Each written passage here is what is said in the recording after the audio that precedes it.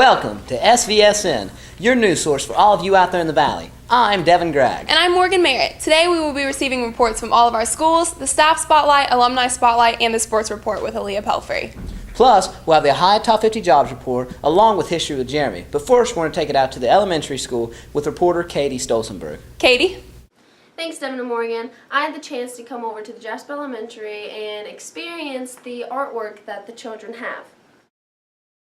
The students here at Jasper have put together the art projects for the 2013 fall, which is featuring from 2nd grade Starry Night Scenery and 3rd grade coloring and designing scarecrows from scratch. This has been your Jasper Elementary report. Back to you guys. I've said it once, but I'll say it again. I love getting reports from Jasper. We have so many great memories there, and I just love hearing from the old school. Yes, we do. Now we're going to go out to Zons with reporter Jordan Pendleton to see what's going on out there. JP, out to you. Thanks, Devin and Morgan. I'm here with cross-country coach Greg Shepard. Thanks for being with us, Coach. You're welcome. Now these middle school racers you're having them at like all the cross-country meets now. Mm-hmm. Like, how hard of a task is it for them to run these 1 mile races? It depends on the amount of training that they have put in. If they just step out and haven't practiced at all, it may not be a lot of fun. But at least maybe after the first couple of minutes it may not be. But if they put in some training time, run a couple miles here and there, it's not bad. And we're on pretty flat ground down there, at least at our place. So it's not too bad. It's pretty good. Yeah. Pretty good thing for them. Now, these races, they're like starting to appear at a lot of varsity races. Right. What do you think this will do for the sport in the future? I think it'll continue to help it to grow, to get the interest in the kids while they're younger. And then by the time they get in 7th grade, they can make a decision as to what they want to do with their sports. And it's a good thing.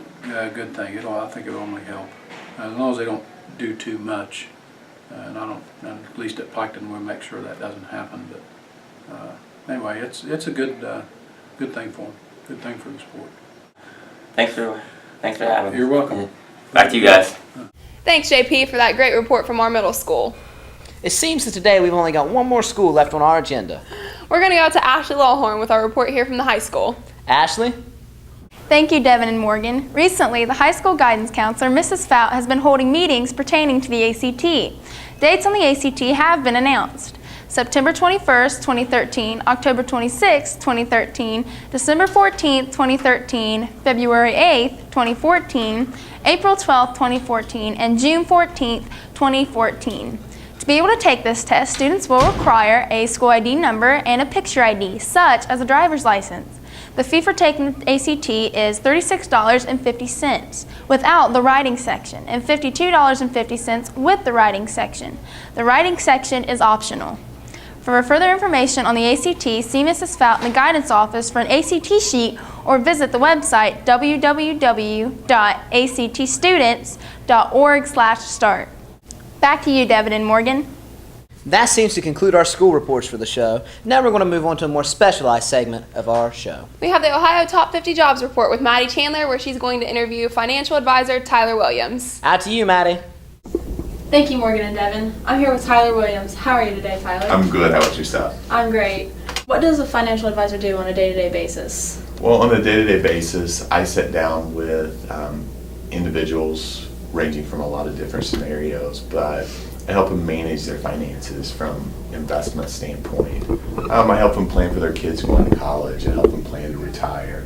I help them pass money on to their kids or to their grandkids, the best way to do that. And we talk about taxes, we talk about legal aspects, we talk about a lot of different things. Okay. Do you have like a certain routine that you have to do like every day? Not really. I travel around a good bit. Right now I cover 11 locations for U.S. Bank, who I work for. And every day I'm in a different spot. My morning routine is usually coming in, saying hi to the staff at the branch where I'm at, then checking emails, returning phone calls, and just kind of planning out my day. Oh, okay. What college path from beginning to end did you take to become a financial advisor? Well, being a financial advisor was not my initial plan. It didn't work. It's just what I fell into. But I graduated high school here at Piketon in '99. But my junior and senior year of high school, I took full-time post-secondary through Shawnee. So I was full-time there. I didn't take any classes at the high school. Then once graduating, I went to Wittenberg University up in Springfield. I was up there for 3 years, and I graduated with a math major and a management minor. And kind of fell into the financial field. Was not a financial advisor right off the bat, but within about 2 years after graduating, and I've been doing it ever since. All right, well, thank you for letting me interview today. That's all I have right now. And that was very, very informative. Thank you. Back to you, Morgan and Devin. Thanks, Maddie. We love hearing from successful individuals in our community. But now we're going to have to take it out to a more lighter segment that we like to call History with Jeremy.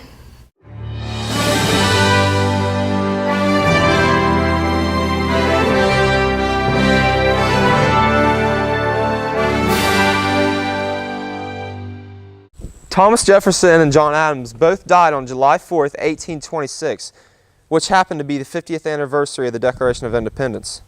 That's a fact.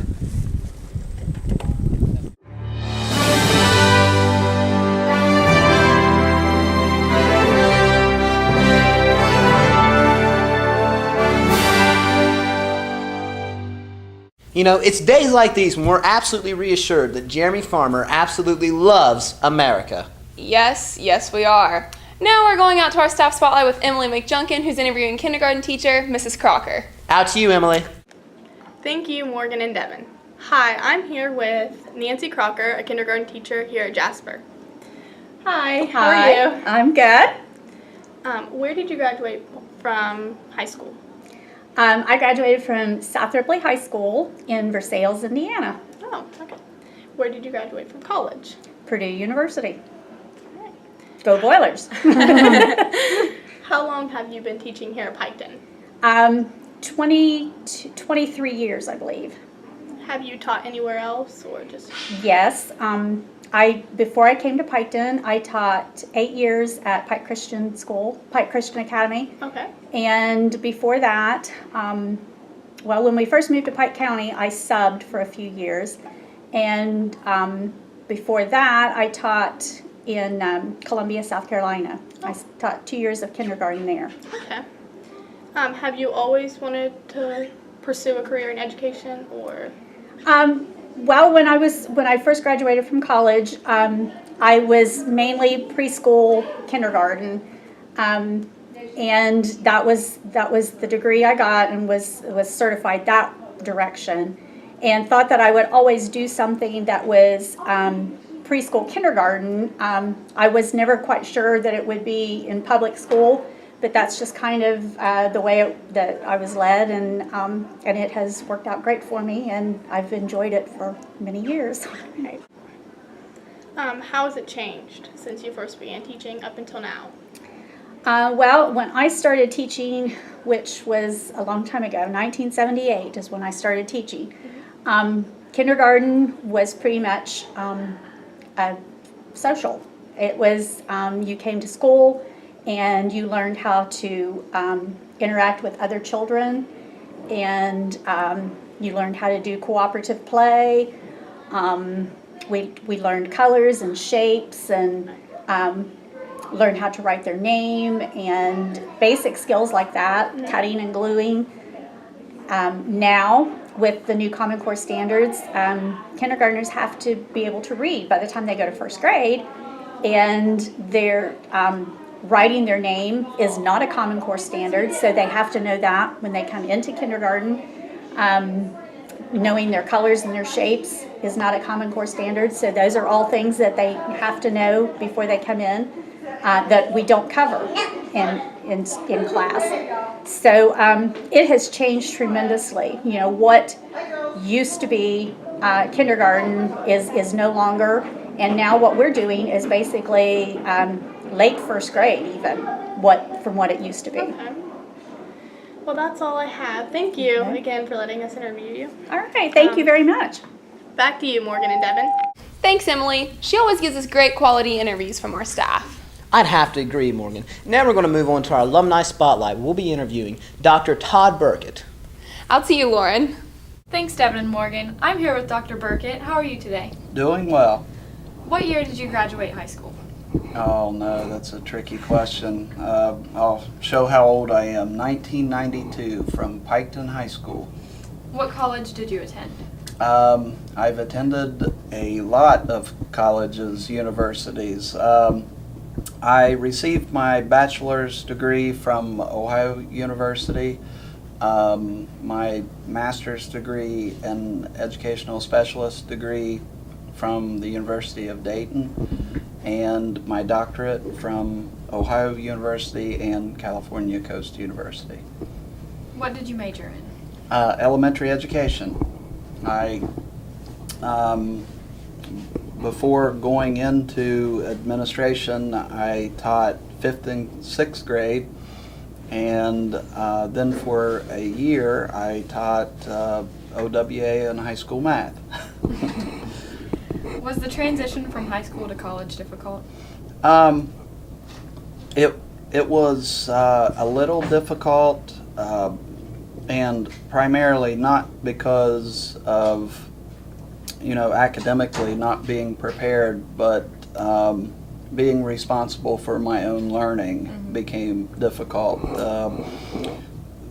Teachers not reminding me when there was a test or not reminding when there is a paper due, the responsibility was all mine, where in high school it was kind of shared. We got reminders from our teachers.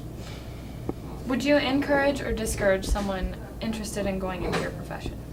I would most undoubtedly encourage going into education. I would stay out of the superintendency. No, I'm kidding. I love doing what I'm doing. If I didn't, I would be doing something else. But I love working in education. Primarily the reason I majored in education was because I like to help people, and so that was the best profession for me to help people. Well, that's all the time we have today.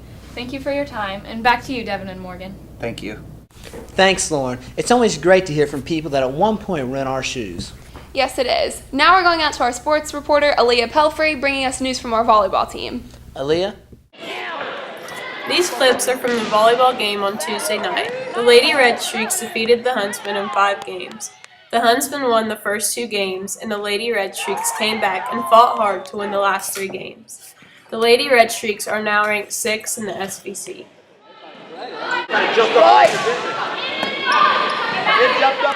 And now I had the opportunity to sit down with the Lady Red Streaks volleyball coach, Allie Robbins. Is this season turning out how you expected it to be? Yes and no. Yes, because I think that it has been a season filled with a lot of improvements. But no, because I think we've had a lot more opportunities to win than our record shows. Okay. How are you overcoming adversity through this season with all the injuries? It's been tough. We've had to count on a lot of people throughout our bench to step up and fill positions, even if it's not positions they are used to playing. But the girls have done a great job of adjusting. It's sadly been a new adjustment almost every week. We've had a lot of injuries throughout the season, and we're going to have a great big adjustment tomorrow when we go into Huntington. But I believe that the girls can still do it, and they're good at working around that. Okay, and in one word, describe your volleyball team. I guess I'd have to say 2, but we can make it together. Continuously improving.